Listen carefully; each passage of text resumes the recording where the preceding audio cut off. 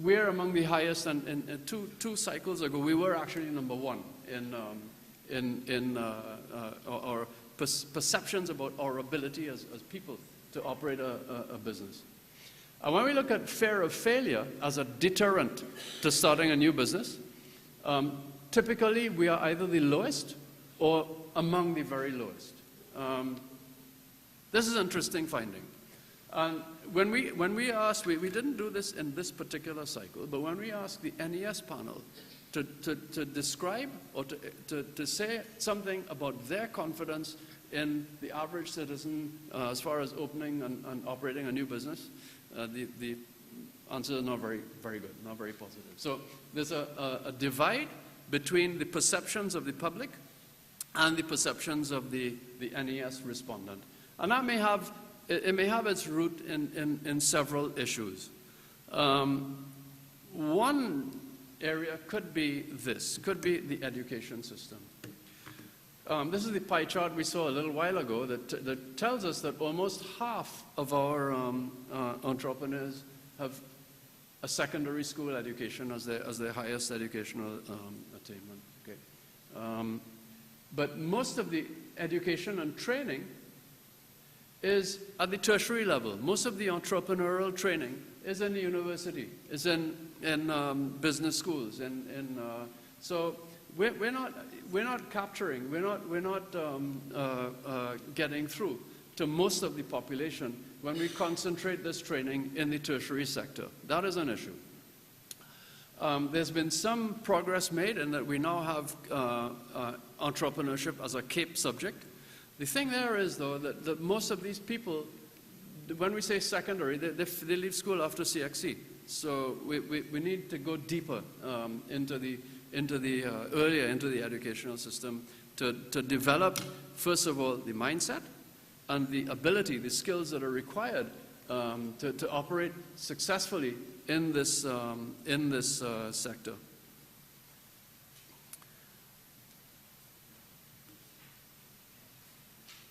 Okay, this is just in words what I just said, so I could skip this. So we look at also now performance of entrepreneurial firms. And when you look at this, this shows for the TEA, the early stage entrepreneurial activity, the kinds of technology. So we see here that the majority of these firms use no new technology. Okay. A few firms use some new technology, and almost nobody uses technology that is 1 year old. In terms of the product and services offered, again, this sector produces a lot of replicative activity. Product new to customers, overwhelmingly, the product or the service is not new to customers. We actually rank the lowest in Latin America consistently on the technology measures in both TEA and in established firms. Established firms. So overwhelmingly, within that sector, our activity is replicative. It's not new things, not new products or new services, and it's not products or services made in new ways. So this is an issue because if the entrepreneurial sector is to live up to its potential as a driver of economic transformation, we can't be doing this. We need to have more activity. We need to have these lines growing and these getting smaller. This has not been happening. What we've seen is this is really, really static. If we look at GEM report after GEM report, this does not change at all. Here is a related problem, R&D transfer.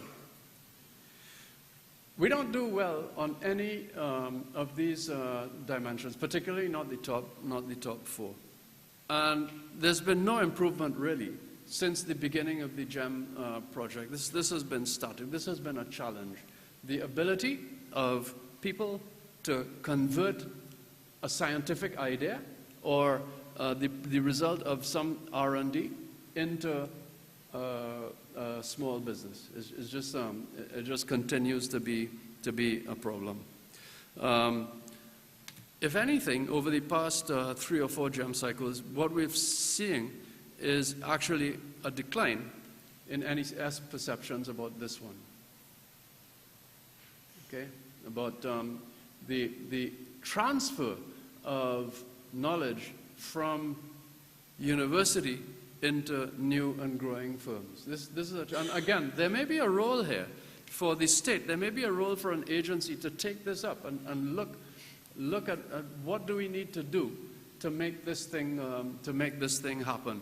It's not good to stand here and see this bug getting smaller and smaller, to look at trends over the last few reports and see that this red bar is getting bigger and bigger year on year.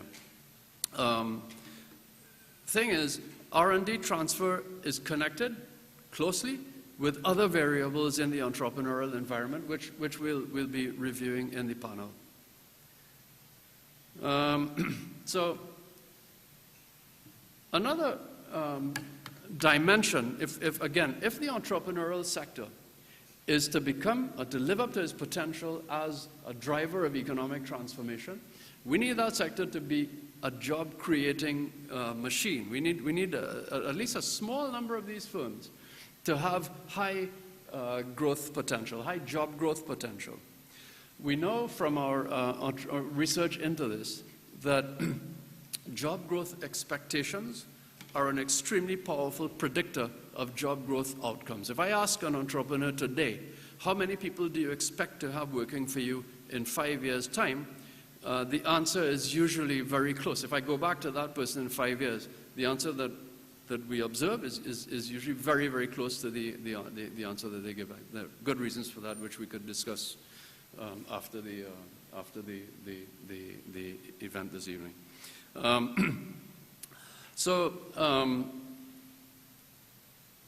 Again, job growth, this pattern has been the same over the past few cycles. We're not seeing development in this part of the distribution.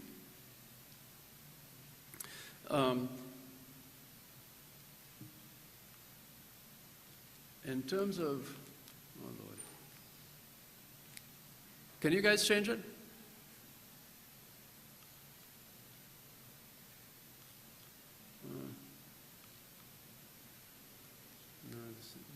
No, I don't think we have a power problem because the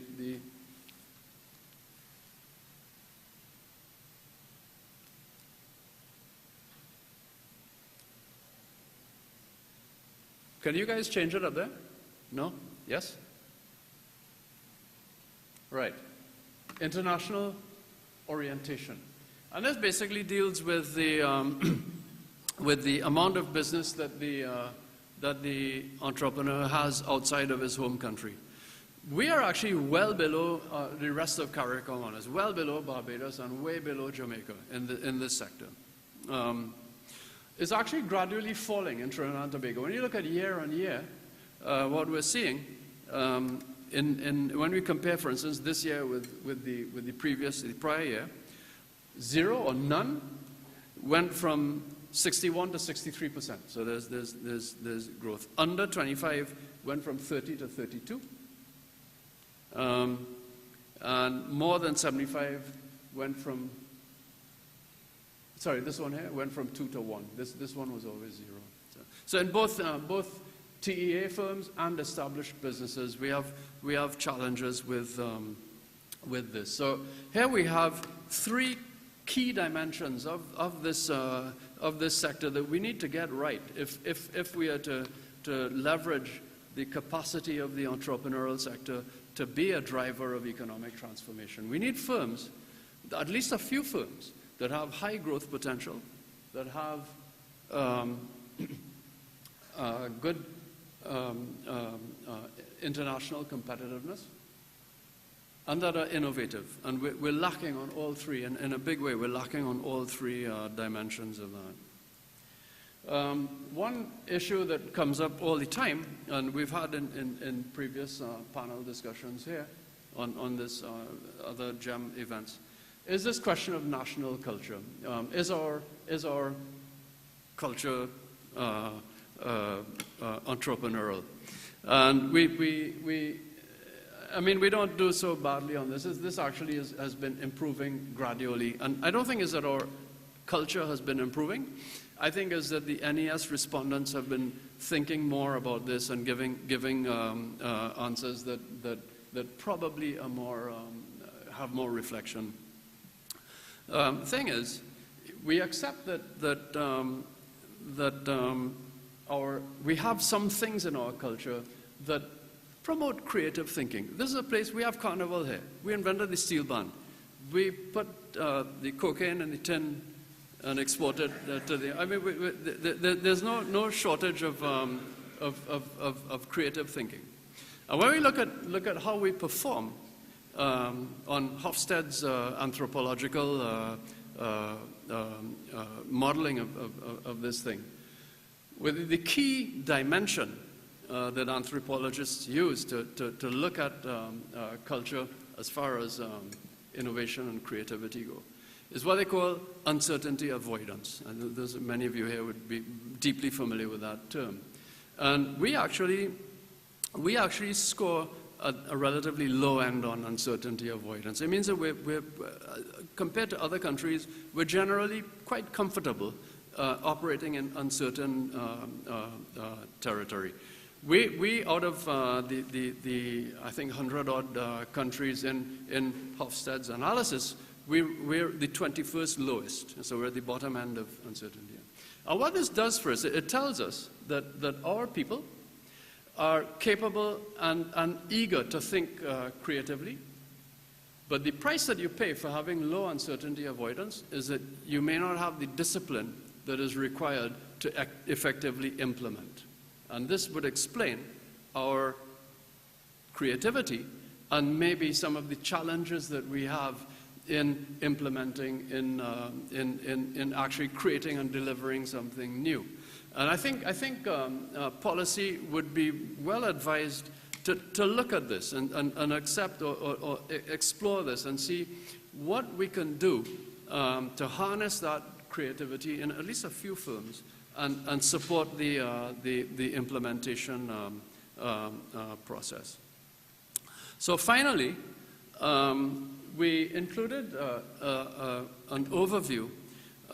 We interviewed people from all of these support organizations, these organizations that are there to support and help develop entrepreneurial firms. So the GEM report, what we are trying to do is have for the first time a document that has in one place a brief description of all these organizations, what they do, how big they are, how many people they're serving, and what their some things about the services that they offer. And at the same time, we have included a set of questions in the adult population survey, where we ask people to tell us your experience of dealing with NEDCO, of dealing with these institutions. And the first question on that was whether they could name any organization. Where would you go if you had an idea for a new business and you wanted help or you wanted support? More than 97% of the respondents didn't have an answer. More than 97%. Within that, there were some people who gave a wrong answer. Some people who said, oh, I'd go to the, I don't want to say the organization, I'd go to place X to get free money. No, that's not the answer. That's wrong. So this means that about roughly 2-point-something% of the people were aware of it, correctly aware of at least one such organization, and that might be something we want to deal with, because here we have 60% of the people that claim to have an idea for a new business, and only 3 or less than 3% of the people understanding where you would go if you wanted to inquire or you wanted to get support to set up a new business. Now, as a practitioner, I see the visibility of many of these organizations all the time. So I don't think it is a lack of effort, but it may be something that we want to look at to explore what maybe we could be doing differently raise awareness of the general public on these issues. So this is my last slide. The thing is that we have this sector that has great potential. Okay, we have really creative, imaginative people. We have a lot of activity. We still have a TEA of 15%, and that's still high. It's coming down, but it's still high. But so much of that activity is replicative. It is people involved in small-scale retail activity, people in trades, people in activity that is not what we would need to drive the economy, to drive the economy in terms of transformation, in terms of diversification, and so on and so forth. So we need to work towards developing firms in this sector that have these properties, at least 2 out of these 3 properties embodied within them. And this would drive the sector towards innovative, towards transformation. And looking at the report, we see a number of measures that would contribute to this process. The administrative burden that we saw, the process of starting a new business has changed, has improved drastically, but there still may be challenges in that. The efforts to target, identify, and promote these kinds of businesses are there. We have great programs like Eye2Eye, like a number of initiatives that do that, but we still have maybe more that we can be doing. We saw some issues with support agencies. Again, Mr. Gordon said it in words that I could not. Maybe there are some opportunities for delivery there in terms of harmonization. Development programs that we could be probably looking at again in terms of harmonization. And the thing is, we need to understand also that we live in an economy that is dominated by an energy sector. There's a lot of low-lying, low-hanging fruit in replicative. There's a lot of money that could be made in replicative businesses. Yeah, that is one of the challenges, is to move. This kind of thing is much higher risk than this kind of thing. And perhaps the most important point on this slide is this issue here. We need funding for this. We really do. We've been underwriting this ourselves. It's not cheap to interview 2,000 people and to do all of the stuff that goes along with this. So that's it. We now can move to the panel. Do you need to come back?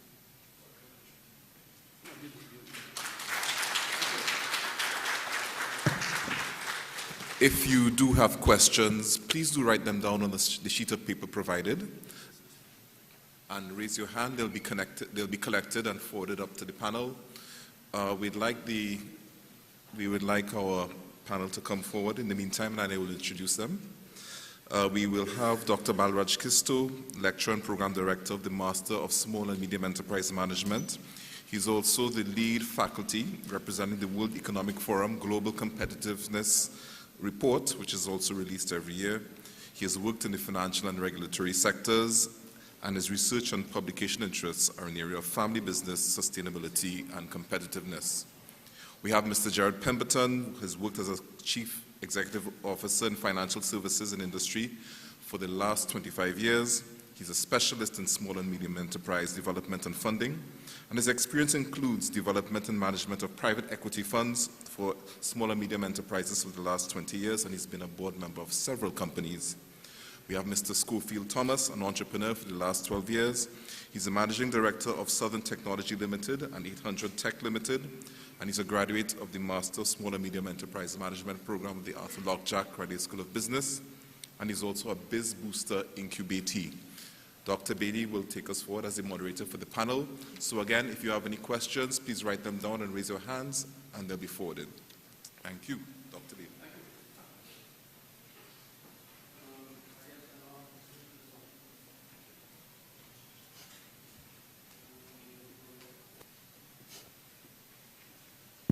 Hello?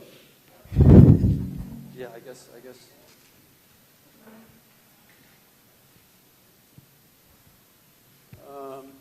Okay, we seem to be. Uh-oh. We seem to be one panelist short.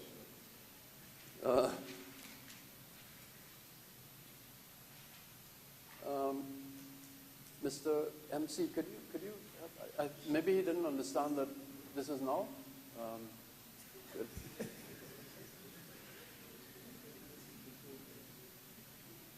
I hope he hasn't gone.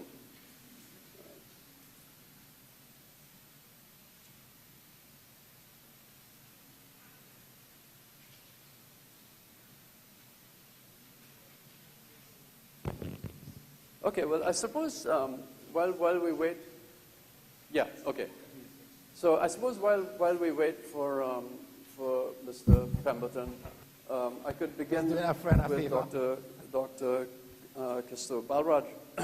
So you've seen the findings, and now that we've had GEM going for a few years, we are seeing some trends, and some of the trends are maybe of some concern. As we repeat this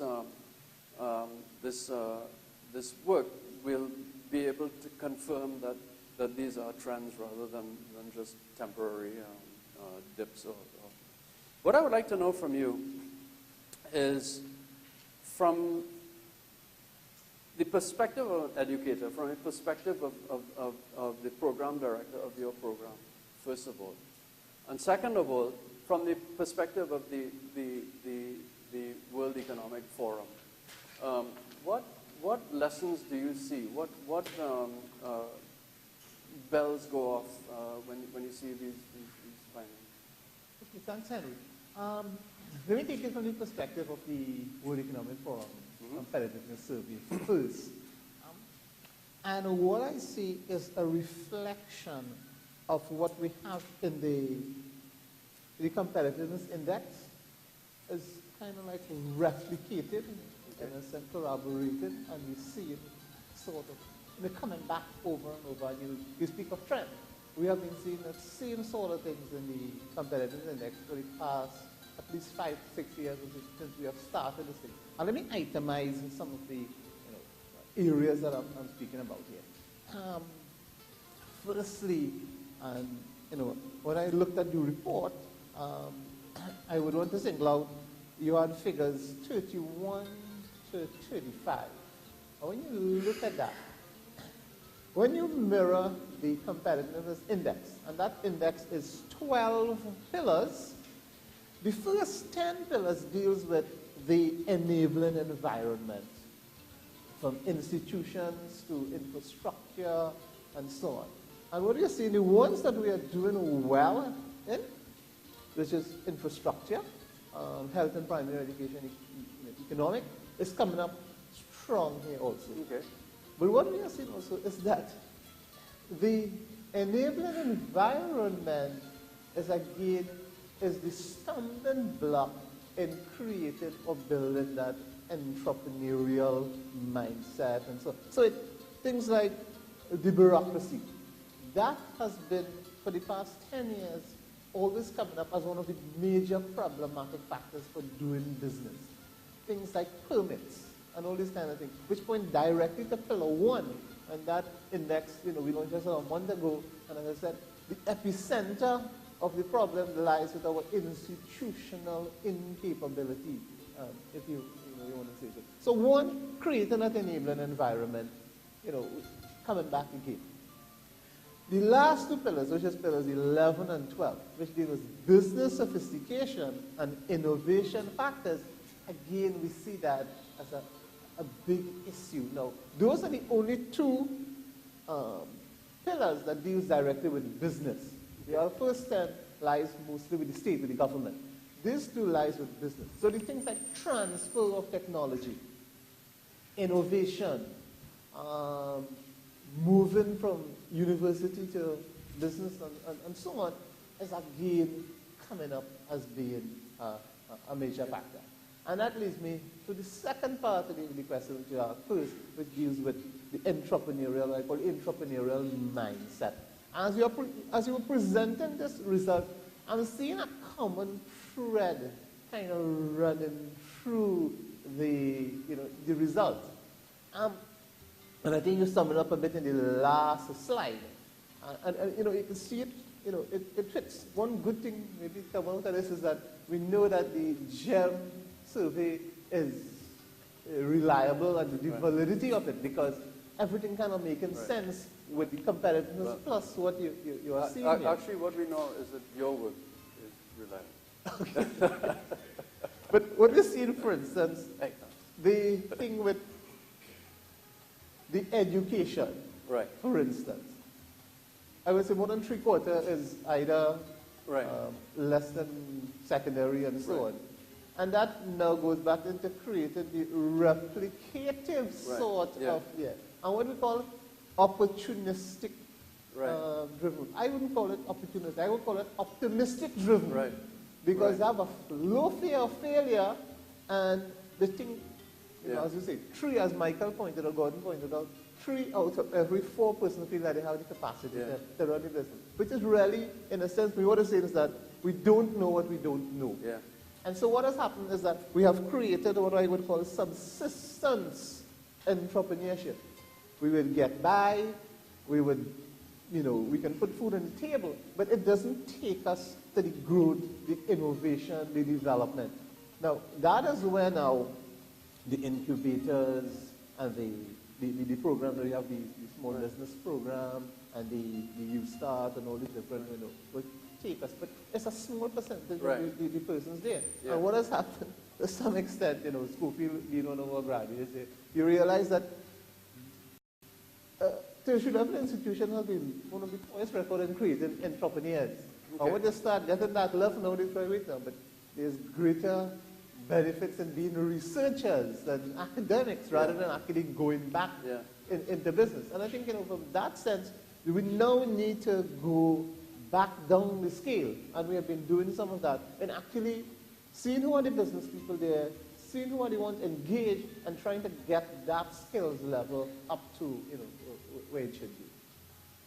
Okay, that's interesting. So I take, and it's reassuring that there should be such. I also follow your work on the WEF, and it is reassuring to see that the findings are consistent.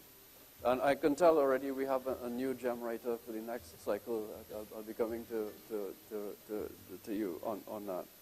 So we've seen the challenge. So we see that if this sector is to live up to its potential as a driver of economic transformation, we have a sense of what some of these firms need to be doing. We've seen what may be some changes in the profile of the entrepreneur: older, less educated, less opportunity-driven.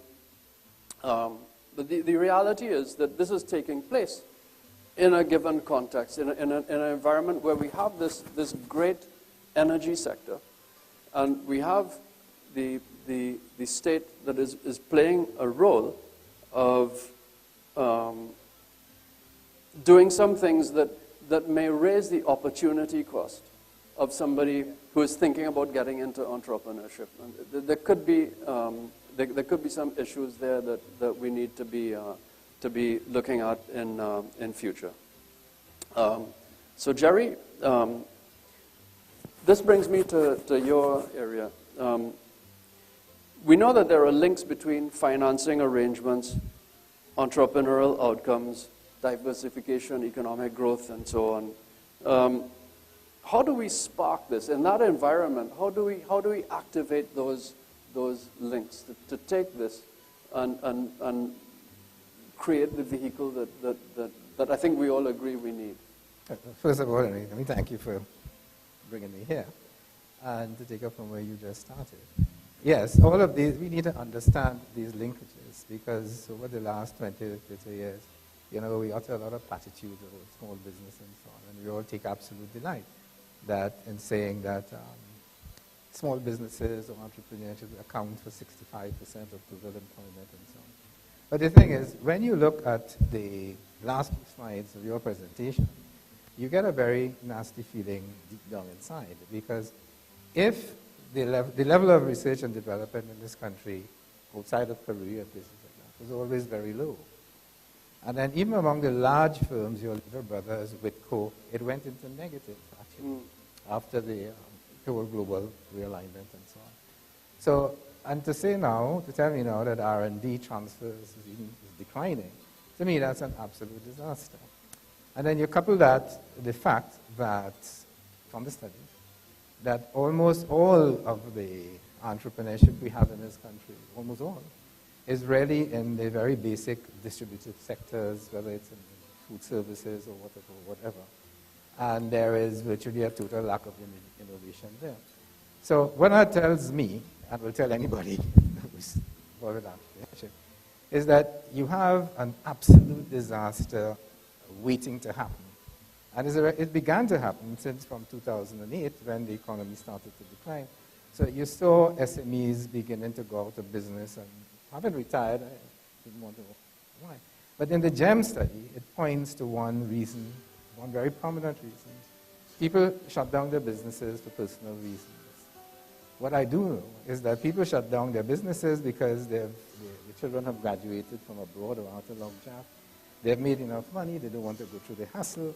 The next stage up means jumping from 15 employees to 60, and they don't want that at all.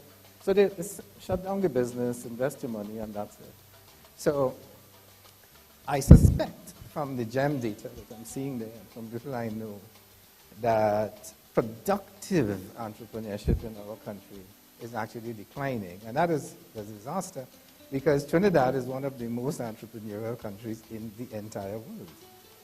As simple as that. And you drive anywhere in the country in Trinidad, and you can't drive for long without seeing about 40, 50 establishments, however small or however big. We are extremely entrepreneurial. That is our culture. I don't need the Jerry report to tell me that. But the only way that entrepreneurship can contribute to economic growth, and in particular the diversification that we see, is to have great innovation. And we are not getting that. And we won't get that, because if you look at all of the incentive programs we have, all the policies we have, they're all geared to favor the existing SMEs. So you have stacked the deck against the people, the entrepreneurs, who have truly innovative ideas, whether it's to produce something or to change around the way a thing is delivered and so on and so forth. So this is going to continue unless we invoke the old economist Schumpeter and says, listen, we've got to deliberately destroy some of what we have, simply by cutting down the number of agencies to start with, but also by removing all of these biased incentives, the incentives that are creating the replicative industry. So we have to take that away and allow these companies to die. And then hopefully the owners, being entrepreneurial, would then connect up with the son-in-law who went to Atolog Jack or who is coming from Boston or whatever, and start up a whole new type of business. So for this to happen, we have to switch off all the incentives and programs that are sustaining the wrong types of SME. See? So the issue then becomes, if you do that, the issue then becomes, well, we do need to create some new incentives and programs so that we get the entrepreneurship we do want. Now, this is not a secondary priority in my view. I think that, as I said at the start off, we are going to have a disaster. I said facing a disaster, I think it's almost inevitable that companies are going to go out of business. What is the danger of that? That these people might get totally turned off if they don't have some connection with people or institutions that can support innovation. And then we come to the big question, venture capital. Frankly, I doubt the data that I see on those slides there about venture. Certainly IPOs, there are no IPOs. So I don't know how anybody could pick green and light green. They're not. There was one recently that in a way succeeded. It raised over $45 million. but it wasn't sufficient and it was withdrawn. But we have no IPOs. We haven't had any. That I can Right. So to get that going, we can't rely on the established infrastructure that we have. We have some great accounting firms here, 3 or 4. We have great corporate lawyers. But if you tried to do an IPO, you better have about $8 to $10 million just to do the IPO. It's a lot of money. Okay. And nobody knows the roadmap to doing an IPO. So if anybody has to do one now, you have to map out the whole road. So the recommendation in the GEM report is a good one, Finance System, that we need some sort of overall advisory body, which is not regulatory, that will begin to develop not more institutions, but the whole ecosystem for helping us to finance innovative entrepreneurship. Right. It can't be venture capital alone. Just setting up a venture capital fund is not going to do it. And I can tell you, you can't set up a national venture capital fund because our needs, the demand is too varied for any fund. And in one sense it's too small, and in another sense it's too big. So you have to have a Caribbean-wide venture capital fund, and you couldn't have one, you have to have more. Right. But the key thing really is, Trinidad, is that we need one institution that will be able to sit with people and help them access R&D, convince them that you should do more, send them to Germany, Switzerland, or wherever you want, Korea, just to see how people innovate, and also then to map out for them the roadways, the pathways to raising the kind of finance that they need. Yes, we have no problem in this country with loan finance, period, full stop. But loan financing cannot really finance innovative startups. They get involved about 2-3 years down the road. Okay. The minute they saw Mr. Gates doing well, every bank in the world wants to lend to him. So in that little window there, between -2 years when the idea is being formed and 3 years when the company is about to, we need a new kind of financing to do just for that. That's very sobering. And I thank you for that insight. I keep repeating this because it's so hugely relevant that also facing these firms that have innovative ideas are many, many opportunities for replicative business that will earn you a good income. So it's kind of irrational, really, to take a risk. And you're putting your family's savings and thing at risk when you do that, and ignore an opportunity from opening a grocery somewhere or some other thing that may have a much more appealing risk-return trade-off. And I think that is an issue. So when you take that we from the word go, the structure of our economy has this in it, and then we see that we have agencies and financing arrangements that propel or that further promote a replicative business. We need a new mindset. We need a new way of looking at this. And I mean, what are your feelings of programs like I2I and incubators that look for businesses that have these properties and to You use the word mindset, Henry. Yeah. But it is more than a mindset. Okay. It's a whole paradigm shift. Okay. Talk about Trumpeter, creative destruction. Right. Because at the heart of it, and you have to take two important. What is the motivation? What is the fallout? And what is the impact of the state? And how they have been crowded out. Why should I also say take a big risk when I can get a good county government contract, Right.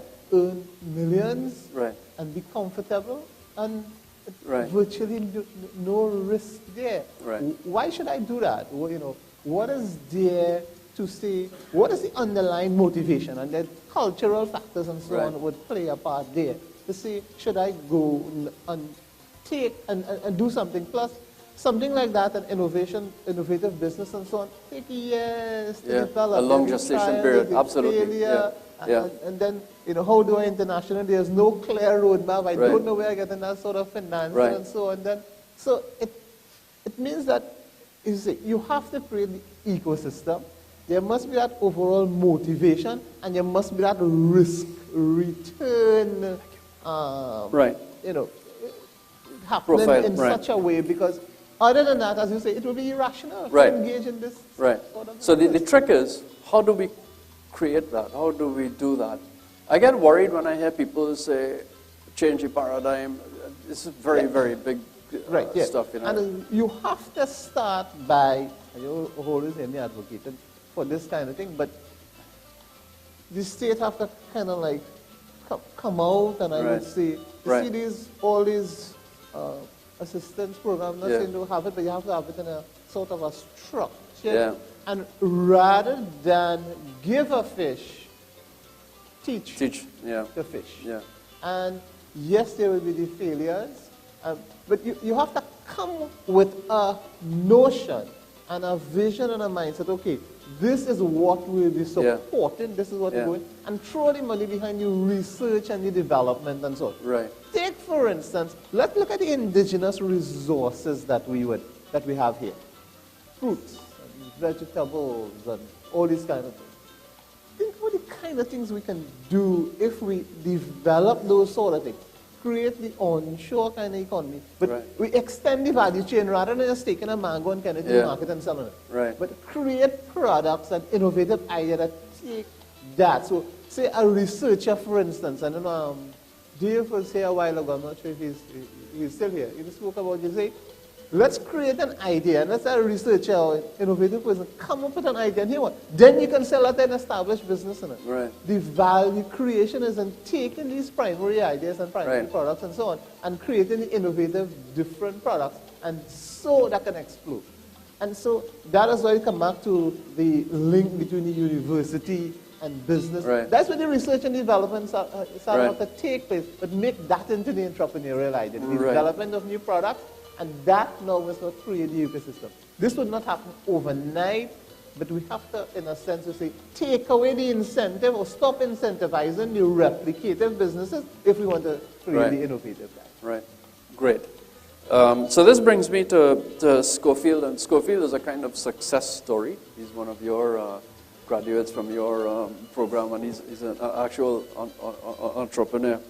So Schofield, if we could start by, could you just tell us your experience in taking an innovative idea and converting that into a business? What was your experience with the entrepreneurial environment? Well, it was pretty exciting. Okay. Let's start off there. To put it in context, I've been an entrepreneur since 2002. Okay. So if we look what happened at that point in time, it was a little different in terms of the availability of these plethora of programs that we have in order to support entrepreneurship. Because back then, the one that we were aware of was Netco. I think Netco just came on the scene at that point in time. And it was pretty difficult to access funding from Netco. All right? So if you came with a concept and you went to Netco, at that point in time, it would have been difficult for you to actually move past that stage, unless you have a burning desire or you have family with deep pockets. Right? So financing has always been a challenge for entrepreneurs, and unless you had a passion, to press forward, it would have been difficult. We have been able to navigate those waters successfully. One, because we decided that we were going to be self-sufficient, and excuse me, we looked for innovative ways in which we could actually sustain ourselves going through those rough waters. But I like what Jerry is saying, is that we need to start thinking change and acting change. And acting change in the way that we treat innovative and entrepreneurial ideas and concepts. Because now, looking at the report, we see where replicative businesses, they're being sprung up all over the place. And there's a reason for that, because if you present a case study, let's say, for instance, I present a case study with an innovative idea, and Barraj comes with another idea where he's going to open a supermarket chain of stores. And you carry that to any financial institution, they're going to finance him faster than they finance me, because they're secure in risk.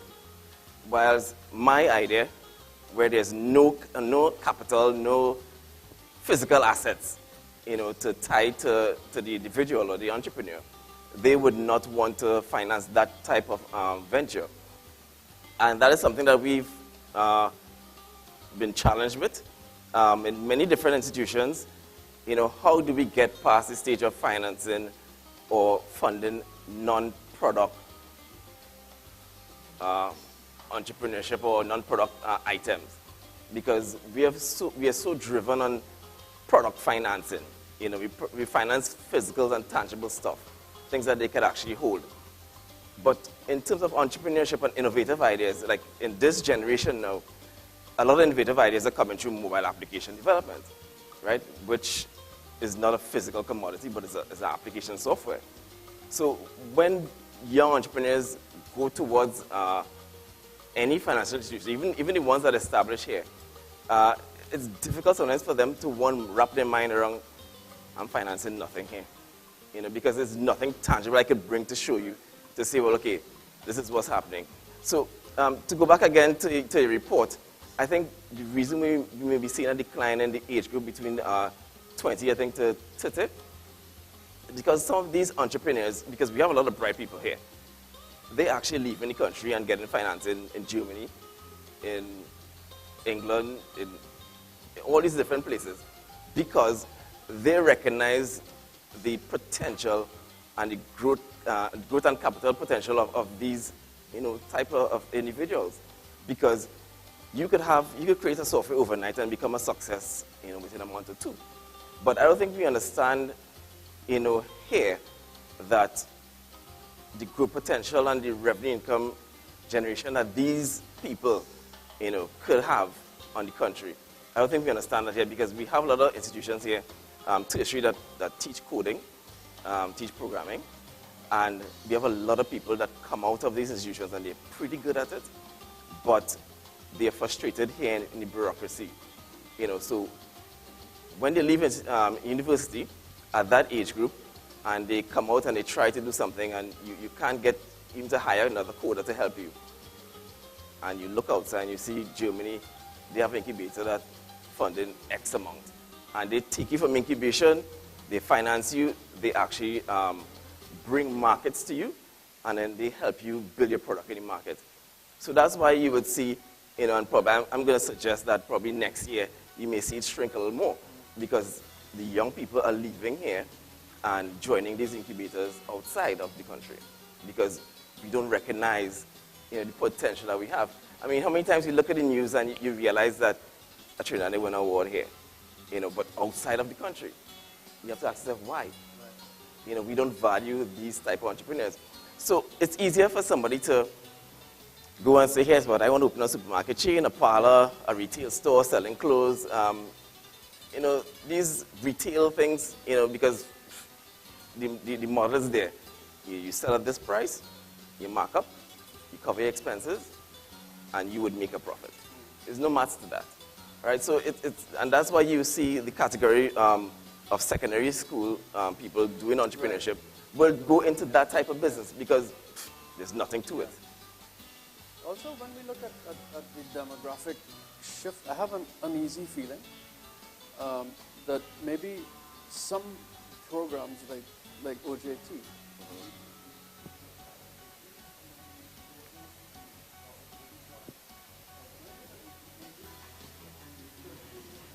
level education participation coming down.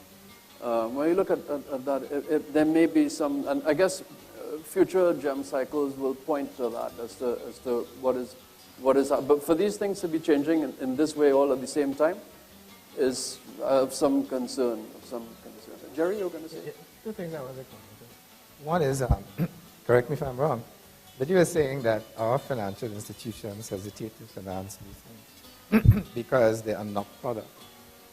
Well, I have been involved in financing a lot of hotels, and you would think that it's real estate, you could see it and so on. Any lender who looks at a hotel and believes he's lending on real estate is going to lose money. So it's what you don't see in hotel financing that allows you to make the decision. It's the same thing with restaurants. I mean, if you're a lender and you finance restaurants, for the first 6 months you're not sleeping at all. So you would see that, you think it's tangible, but it's not. what the difference is, and what you need to say is, if I am a banker and I understand the hotel business well, I know all the dynamics, the economics, then I understand the risk, I understand how to finance it. So it's not a question of product and not product. The second point, you talk about Trinidadians being recognized abroad and so on. One of the facts that we have to face in this country is the high level of immigration we have. In the United Kingdom, I think it's 12%, Jim. But that has driven a lot of their entrepreneurship. And when you look at the United States, even in the companies with the most advanced technologies, it's a huge input from immigrants. Right. You know, so I am very happy to export Schofield with his idea to Australia. If I could get people from other countries, Brazil, to come here. Because that mix, the fresh input is what allows us to change the culture and says, well, if that guy is from Uganda, he can do that. Right. So that's a bad example. They have always been entrepreneurs. Right. They actually are. Yes, they are, very much so. Yeah. Yeah. So I like the idea of immigrants coming here. Yeah. Because the thing about immigrants is that unlike us who are here, they have to succeed. Yeah. And that's a huge driver with entrepreneurship. Great. So let's have the immigrants come in here and let's support them. And our bright people, if they want to go abroad, that's fine. Right. As long as they don't get their and they send remittances back. Correct. And then we get a lot of fertilization from ideas and so on. Right. Excellent. Well, I could do this all night, but we don't have all night. I got some questions from the audience. And many of the issues in these questions were actually captured in what we got. But there was one question that I thought was interesting, and we could probably answer this quickly. I'd look for a volunteer. How can we measure the success or failure of an incubator program? Who's the best among us to tackle that one? Okay. Successful business that would come out of a successful, and I would say, using your definition, that will go beyond 3.5 years. Okay. Right. So one simple survival to establish business status. Okay. Growth over time. Okay. You could also look at the type of do we have data for our incubators in Trinidad on that? Does anybody know? You see, a lot of the incubators that we have been in existence for 3.5. Okay. Anyway, to say that you'll have. Because Schofield, you in business, and it was one of the first person, and that has been less than 3 years. Okay. You started less than a year old. Good. There's now the Incubator Council, which has been formed in less than a year ago. And just, Steve was the man, and we were speaking about that, how we can actually get and collect some of those data and so on. So we are, even in the incubator stages, we're incubators. Right. At this point. Right. All right, cool. And I had one other question that I will answer. Somebody, we got a question from one of our overseas audiences asking who is in charge of implementation of GEM findings and what has the track record of implementation been? And well, there's nobody really in charge of it. The GEM university would do the research, and then we would work with policy people to implement. So we did see examples where NEDCO had made some changes based on content of the GEM report. And we saw tonight Mr. Gordon saying that in his ministry they're going to be looking at harmonization, looking at the linkages between support agencies and so on. So that's it. Closing words from each of you. If you have one big takeaway from the events tonight. I think one thing, as Mr. Pemberton spoke about, it's a frightening trend. Two, to pick up on what Schofield had said, with people leaving. But it's good, as you say, if people leaving and people coming. But one of the trends I'm seeing, and I'm seeing this with students who come out of my program, because I have one student who I was in the creative sector, and actually what she did was went to Canada and set up the business. I said, why did you do that? And she said, but we don't have the infrastructure, the enabling environment, and so on, to actually take my business and have it successfully implemented here. Okay. Now, that to me is a frightening thing, because it speaks to Richard Florida's The Flight of the Creative Class, Right. where your creative people would go to countries and cities and so on Right. that create that enabling environment. So it's not a level playing field. Right. But your best and your brightest will go. And that is something I think we really need to pay attention to in getting that enabling environment right. If we get that, then we would see all the other things Right. falling in place. We have to fix the soil before we can actually put the seeds. Very nice. So I have to say this. A good incubator, in a good incubator, 50% of what goes in is going to fail. And that's the rule why. But if your incubators could produce one Google, one Microsoft, just one, in 10 years, as a citizen, I would say it would be worth all the money we spent on that. Yes. So don't get totally focused on the quantity. If we get 2 or 3 really good successes, even if we had 200 people in the incubator and only one came out, I would be very happy. Once it was a fast growth company that was going to have the export orientation that we don't have, and that is going to be high productivity, I think that would be good. You know, Stanford University say 99% of the firms in their incubator fail. I didn't want to say that. I didn't want to see the But the 1% that Right. succeed, pay back for the Right. 99%. Right. and take the country forward. Yeah. Right. Yeah. Schofield? What I would like to say is we need to keep up with the incubators. I think they are catalysts for young entrepreneurs to harness their concept, harness their ideas, and actually, create these high growth businesses that we're looking for. Because my experience with the incubator I'm in, especially when we partnered with universities like Babson, to me that was an eye-opener to the way how they teach entrepreneurship. I mean, I know they always say that, the